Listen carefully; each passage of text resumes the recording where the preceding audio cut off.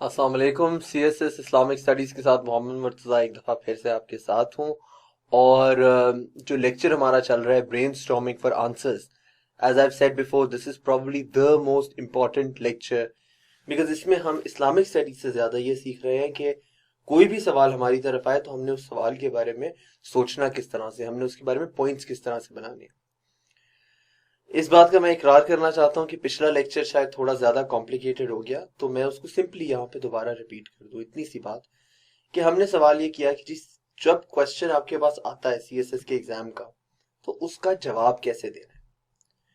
जवाब देने के लिए एक तरीका यह था कि हम दो चीजें उठाएं उसके पॉइंट और उसको रगड़ दें, उसमें नंबर कम आते।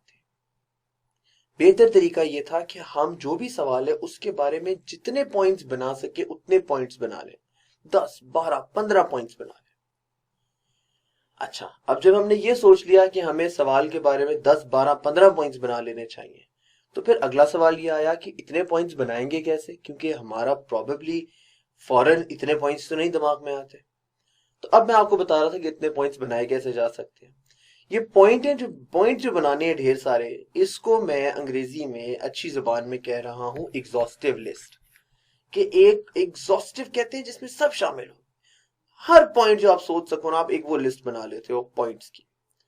ये कैसे बनती है? सबसे पहले मैंने जो पिछले लेक्चर में आपको चीज सिखाई वो थी कि आप मेजर थीम्स आइडेंटिफाई कर लो। सोशल, पॉलिटिकल, रिलीजियस, ये थीम्स हो सकती हैं, या लेवल्स हो सकते हैं, individual, family, social, national, international, यूं चल सकता है। या आप उसके अंदर अगर दोनों तीनों चीजें अप्लाई नहीं कर रही, तो फिर आप कोई भी मिसाल सोचो, कोई भी मिसाल उस सवाल की, और देखो कि इस एग्जाम्पल से मैं क्या जनरल कॉन्सेप्ट डिराइव कर सकता हूं। क्लियर?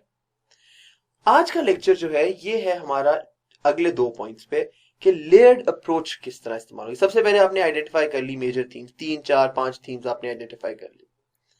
अब आपने जो आंसर लिखना है वो ऐसे लेयर्स में लिखना है, तहों में लिखना है। जिस तरह वो बल वाला पराठा होता है ना, वो एक लेयर बाय लेयर चल रहा होता है। यार वो वाकई खानी होती है, लग रहा है मुझे भूख लग रही है जितने को मुझे खाने के ख्याल आ रहे हैं। तो अब लेयर्ड अप्रोच क्या है? लेयर्ड अप्रोच ये है कि आप मेजर कॉन्सेप्ट से छोटे से छोटे से छोटे से छोटे कॉन्सेप्ट की तरफ जाते जाते हो, और अपने आंसर में इसको इतना क्लियरली लिखते हो कि आपके एग्जामिनर को एक नजर आंसर पे देखे तो उसको पता चल जाए कि इतने बड़ा वाला पॉइंट ये लिया है, इस मेन पॉइंट का इसने ये उससे छोटा पॉइंट दिया है, उससे छोटा इसने ये पॉइंट दिया, उससे छोटा इसने ये पॉइंट दिया है। अच्छा, अब मेजर पॉइंट्स बताने के लिए आपको रोमन नंबर शायद आते हो, नहीं आते तो गूगल पे देख लेना। ये कैपिटल में रोमन नंबर्स हैं, ये स्मॉल में रोमन नंबर्स हैं। इसके बाद 4 जो है वो आप रोमन में ऐसे लिखते हो, 5 आप ऐसे लिखते हो, छोटे वाले रोमन में आप 4 जो है वो ऐसे लिखते हो, 5 ऐसे ही लिखते हो, 6 जो है वो आप ऐसे लिखते हो, 7 जो है वो आप ऐसे लिखते हो, 8 आप ऐसे लिखते हो, 9 आप ऐसे लिखते हो, 10 बस 10 तक जाने की आमतौर पर जरूरत जो है जिंदगी में आज तक किसी को मेरा नहीं ख्याल पड़ी होगी, तो इसलिए हम इसमें मेन पॉइंट्स पे रहते हैं।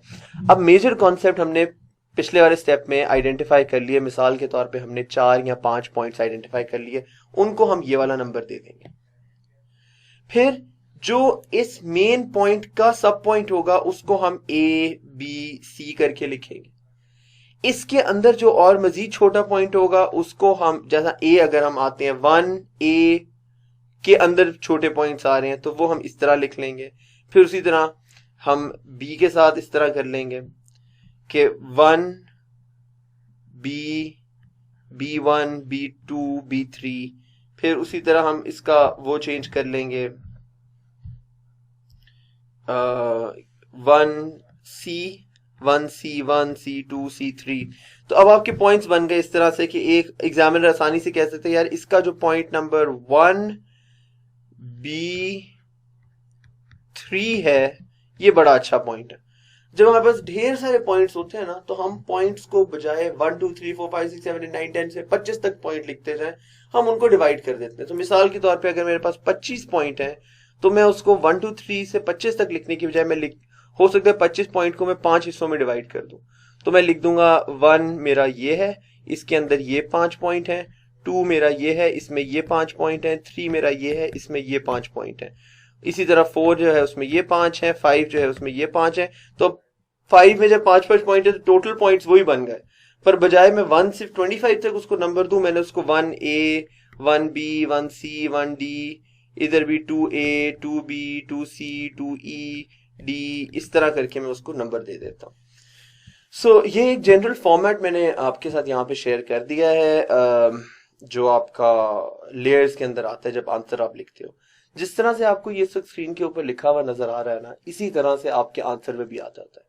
आंसर के अमूमन जो मैंने आपको दूसरे लेक्चर में बताया होगा, how to answer a question, 5 हिस्से हम रखते हैं। सो ये वाला लेटर है ना, ये 5 दफा आता है ना, 1 2 3 4 5 तक। 1 जो है वो इंट्रोडक्शन होता है, 2 जो है वो कॉन्टेक्स्ट होता है, 3 जो है वो मेन पॉइंट्स होते हैं, 4 जो है वो एनालिसिस होता है, 5 जो है वो कंक्लूजन होता है। अब ये मिसाल के तौर पे अगर इंट्रोडक्शन छोड़ा 2 पे आ जाते हैं, ये अगर मिसाल के तौर पे है आपका context of that particular answer, तो उस कॉन्टेक्स्ट के अंदर पार्ट ए आप दे सकते हो सकता है हिस्ट्री लिख दो, फिर पार्ट बी हो सकता है आप करंट सिचुएशन लिख दो, करंट सिचुएशन के अंदर कोई एक उसका मेजर पहलू लिख दो, उस पहलू की एक एग्जांपल दे दो, उस पहलू की एक और एग्जांपल दे दो। तो जब इस तरह से आप अपने आंसर को तय दर तय दर तय दर तय करते जाते हो कि वो आंसर जैसे जैसे आगे बढ़ता है एग्जामिनर, तो आंसर क्या नया से नया बाब खुलता जाता है। एक तो एग्जामिनर को खुशी होती है क्योंकि उसके लिए चेकिंग आसान हो जाती है, बजाय कि ये वो शुरू हुआ आंसर और चलता गया चलता गया चलता गया चलता गया चलता गया, एग्जामिनर को समझ ही नहीं आ रही कि इसका सर पैर किधर है, या हेडिंग पे हेडिंग पे हेडिंग पे हेडिंग, एग्जामिनर को समझ नहीं आ रही कि ये हेडिंग्स किधर से आ रही हैं। उसकी बजाय आपने एक लेयर्ड अप्रोच में बना दिया कि जी ये मेरा इंट्रोडक्शन है, ये इसके पॉइंट है, ये मेरा कॉन्टेक्स्ट है, ये इसके पॉइंट है, ये मेरा मेन आर्ग्यूमेंट है, ये इसके पॉइंट है, ये एनालिसिस है, ये मेरा कंक्लूजन है, और उसके आगे जो मेरा मसलन मेन पॉइंट्स हैं उसमें ये पहला पॉइंट है, ये दूसरा पॉइंट है, दूसरे पॉइंट के अंदर ये सब पॉइंट्स और ये इसकी मिसालें हैं।